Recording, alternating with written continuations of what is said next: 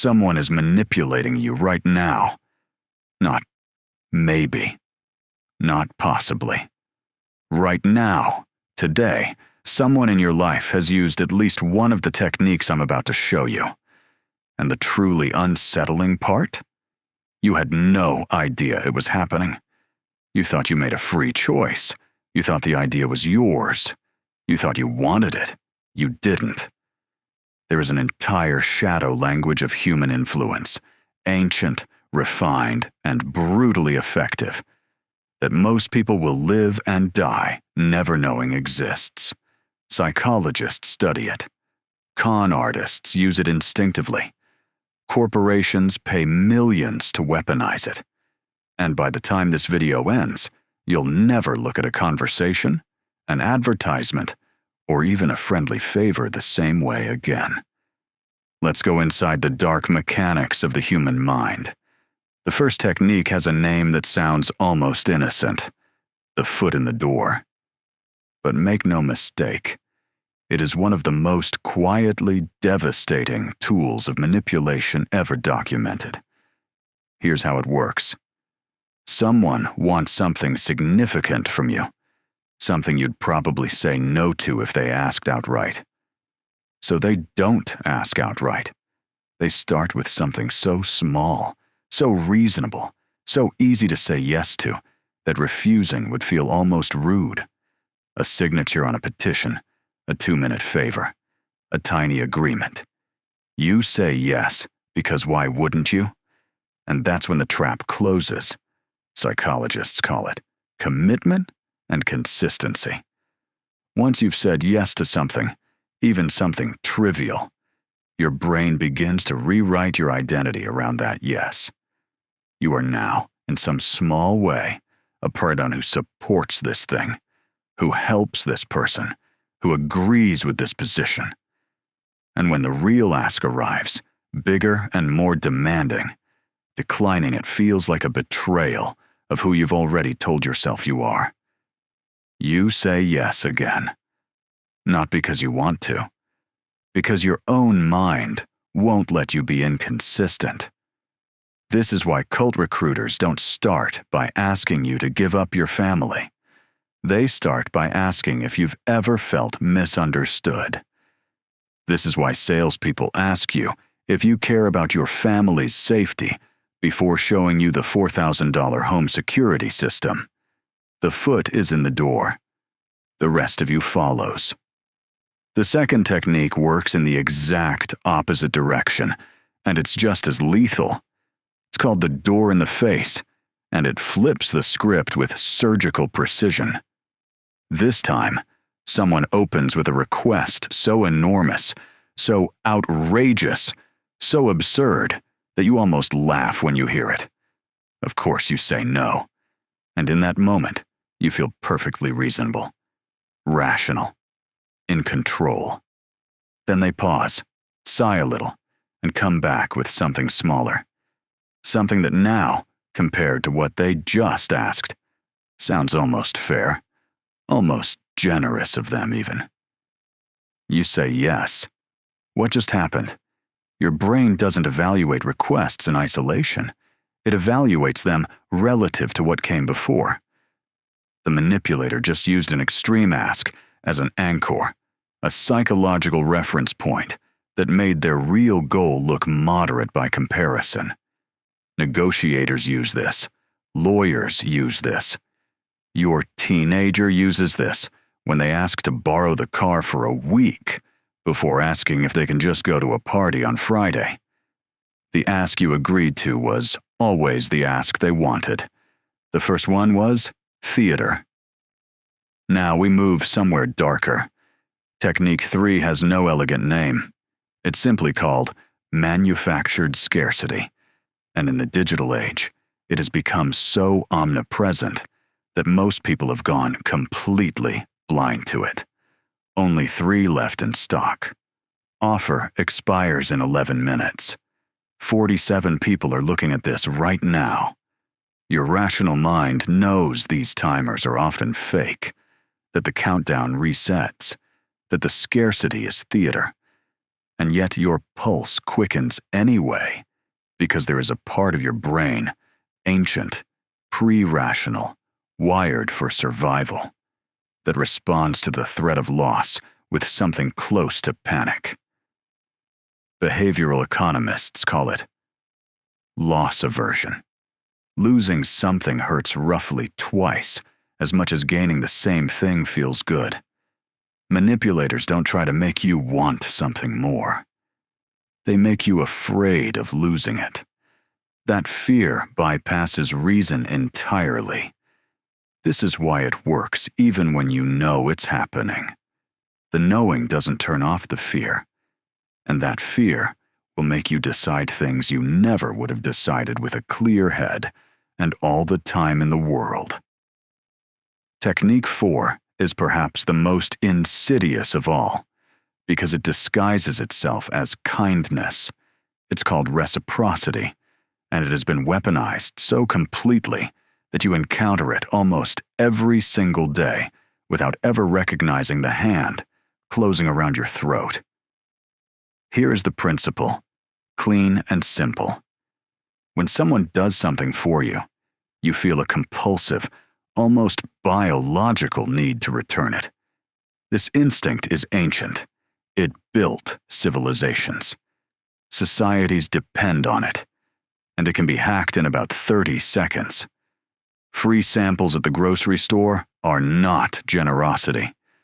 They are debt creation. The Hare Krishnas discovered in the 1970s that giving strangers a flower before asking for a donation, even though the strangers didn't want the flower, even though they tried to give it back, dramatically increased donations. The gift didn't need to be wanted. It just needed to exist. The debt was created the moment the exchange occurred. And here is the part that should keep you up at night. The gift doesn't need to be proportional to what the manipulator wants in return. A small, uninvited gesture can manufacture an obligation that the victim will satisfy with something far, far greater. You can't logically explain why you feel you owe someone who sent you a birthday card a favor you don't want to give, but you feel it anyway. You'll give it anyway, because the human brain keeps score whether you ask it to or not. The fifth technique lives in the realm of identity, and it is one of the quietest and most complete forms of control ever devised. It's called labeling, and it works by telling you who you are before you've had the chance to decide. It sounds like this. You're such a generous person. I've always thought of you as someone who really keeps their word. I knew you'd be the one to understand. You're different from other people. And then, the ask. What just happened? The manipulator didn't appeal to your values. They installed a value, named it as a pre-existing part of your identity, and then presented an opportunity for you to express that identity. Saying no now doesn't just mean declining a request. It means denying who you are. It means proving that the flattering portrait they painted of you was wrong. And most people would rather do something they don't want to do than accept evidence that they are not who they believe themselves to be. Salespeople are trained in this. Recruiters use it. And the most skilled manipulators deliver it so smoothly, so warmly, that the label lands like a compliment rather than a trap. You leave the conversation feeling seen. You don't notice until much later, if ever, that you were constructed. Technique 6 exploits something so fundamental to the human experience that fighting it requires a level of conscious resistance most people simply never develop. It's called social proof, and it is the reason that the most powerful 4 words in manipulation are not "I love you" or "you can trust me." They are, "Everyone else is doing it. We are social animals down to the bone. In conditions of uncertainty, which describes most of human life, we look to the behavior of others as evidence of what is correct, safe, and desirable. This is not weakness. For hundreds of thousands of years, it was survival. When the rest of the tribe ran, you ran. You didn't stop to evaluate. You didn't need to. But that ancient shortcut now makes you vulnerable in ways your ancestors could never have imagined. Fake reviews, inflated follower counts, manufactured consensus. The laugh track on a television show that your brain interprets as proof that something is funny. The crowd at a rally that makes a fringe idea feel mainstream. All of them whispering the same message. Other people have already decided. Why haven't you? When everyone around you appears to believe something, the psychological cost of disbelief becomes almost unbearable. You don't just feel wrong, you feel alone. And loneliness is one of the most powerful motivators in the human emotional arsenal. The seventh and final technique is the most sophisticated of all. Psychologists call it intermittent reinforcement. And once you understand it, you will recognize it in every relationship you have ever struggled to leave. Here is the mechanism, stripped bare. When reward comes unpredictably, sometimes warmth, sometimes coldness, sometimes praise, sometimes criticism, sometimes closeness, sometimes distance. The brain doesn't disengage. It obsesses.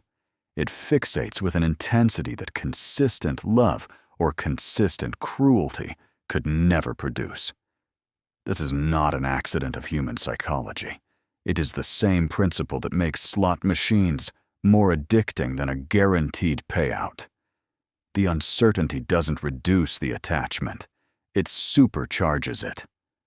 The brain becomes a pattern-seeking machine, locked onto a pattern that never fully reveals itself, burning enormous energy, generating enormous emotional investment, creating a bond that feels profound and irreplaceable because it has cost so much to maintain. The person who is always warm gives you a relationship. The person who is sometimes warm, unpredictably, capriciously warm, gives you an addiction. And when you finally try to leave, you won't be leaving a person. You'll be leaving a slot machine on a cold streak, certain that the jackpot is one more pull away. This technique doesn't require any planning from the most dangerous practitioners. For them, it's simply a personality, simply who they are. And that makes it more dangerous, not less, because you cannot appeal to their conscience about a weapon they don't know they're holding. So what do you do with all of this? Here is the truth that every single person who studies influence eventually arrives at. Awareness is not immunity. Knowing these techniques exist does not fully protect you from them, any more than knowing a magic trick makes the spectacle disappear. The mechanisms run too deep. The wiring is too OLD. But awareness does give you something priceless, a half-second of hesitation between stimulus and response. A moment where you can ask, is this my decision? Or was this decision made for me before I walked into the room? That half-second is everything. It is the difference between living your life and having it quietly, skillfully, invisibly lived for you by someone else. Pay attention. Question the generosity that arrives attached to a favor. Question the identity that someone thoughtfully hands you. Question the urgency, the scarcity, the crowd. Not with paranoia, with clarity. The people who understand how minds are moved have an enormous advantage over those who don't. Now, at least in part, you're one of them.